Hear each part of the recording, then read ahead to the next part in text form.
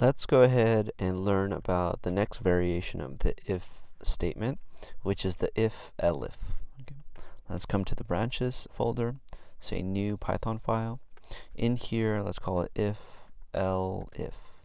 Okay. And hit enter. Okay. So how does the if-elif work? We say if Boolean expression is true, do this. Elif Boolean expression is true. Well, maybe I can distinguish these with a 1 and a 2. Okay. Then do that. Else, whoa, do the other thing. Okay. So how does this work? Well, it comes down and it gets to line 2. It checks if that's true. If it is true, it'll execute line 3. Then skip to the end of the if-else block and go to line 8 and end the program. Let's run it again. Comes on down to line 2. Let's say that's false. It does not do line 3. It goes to line 4 and checks if that's true. Let's say it is true. Then it will execute line 5, skip to the end of the if-else block, and go to line 8. Let's run it again. Let's say this is false. Does not do line 3. Comes here to check expression 2. Let's say that's false. Does not do line 5. It will always do the else if the first Boolean expression is false and the second Boolean expression is false. It will always do the else, line 7. Okay, so that's how the if, elif, else works. And let's go ahead and write a program that uses it. Okay. Now, in the last program that you wrote, I guess I asked you to enter a number and print whether it's a positive or negative. All right. Well, that's a bit incomplete of a program. And why is it incomplete? Because what if they enter in 0? 0 is neither positive or negative. Right? So what we need to truly create this program completely is an if, elif, else. Okay. Now let's go ahead and ask them for a number. So let's say num is equal to input, enter a number. And my Boolean expression is going to look like this. Num is less than 0. Then do this, which is print out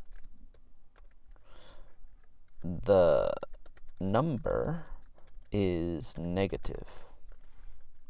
Now my second Boolean expression is going to be if num is greater than 0. I want to print out the number is positive. But when is this not true and this not true? Well, if you think about it, the only time that this is not true and that's not true is if num is equal to 0. 0 is not less than 0, false. 0 is not greater than 0, that's also false. And that's the only time that the else will execute.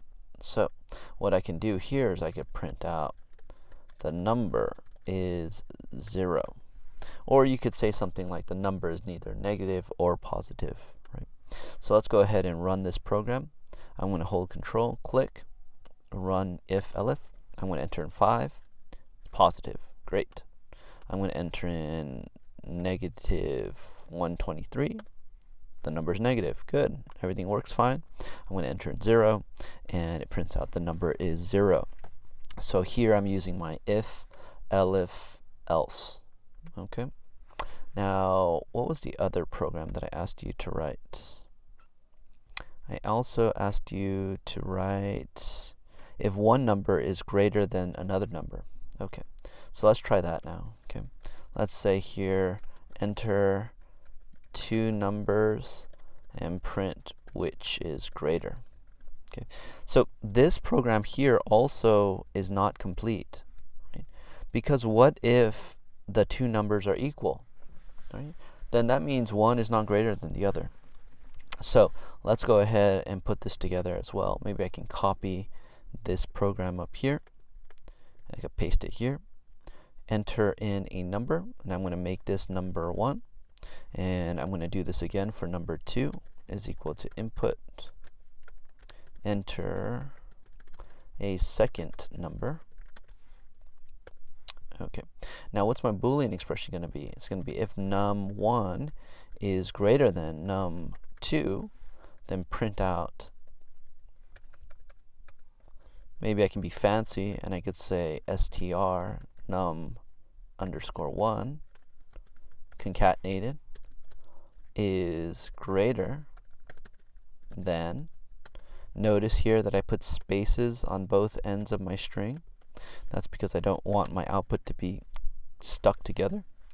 Is greater than str num underscore 2.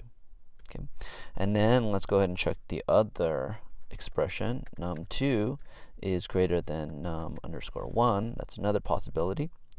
And I'm going to copy this line of code here and print it out here, but I'm going to change num2, and I'm going to change this one to be num1. So it reads the second number is greater than the first number. Lastly, the else will happen. When will the else happen? When this expression is not true and this expression is not true. When is that going to happen? It's only going to happen if these two numbers are equal. Okay, if these two numbers are equal. So let's go ahead and print out, maybe I could put here, I can copy this. Num2 is equal to num1. Okay, so, or yeah, that would be kind of weird. It'd be like 5 is equal to 5, right? So maybe I could just print out the message. I could say both the numbers are equal. Okay, that makes a little bit more sense to me. So there we go. Let's try running it. And to run it, I want to not run this code here. So what we can do to not run that code is we can turn all of that into a comment. And how do you write multiple line comments? You can do 3 single quotations. Whatever code you put inside of the 3 single quotations becomes a comment. You see that? So when I run the program, it's going to ignore all of this stuff and start running code here on line 16. If I ever want to bring this code back, I can just delete here and delete here, and I'm good to go. Okay. So I'm going to use my multi-line comment there, and now I'm going to run my code. So control run if elif, enter a number. I'm going to do 3 and 6. 6 is greater than 3. That's right. Good. And now I'm going to do 6 and then 3. 6 is greater than 3. So that still works too. Right? And now let's do 8 and 8. Both numbers are equal. So now our programs are more complete. Okay? And that's how we can use the if, elif, else.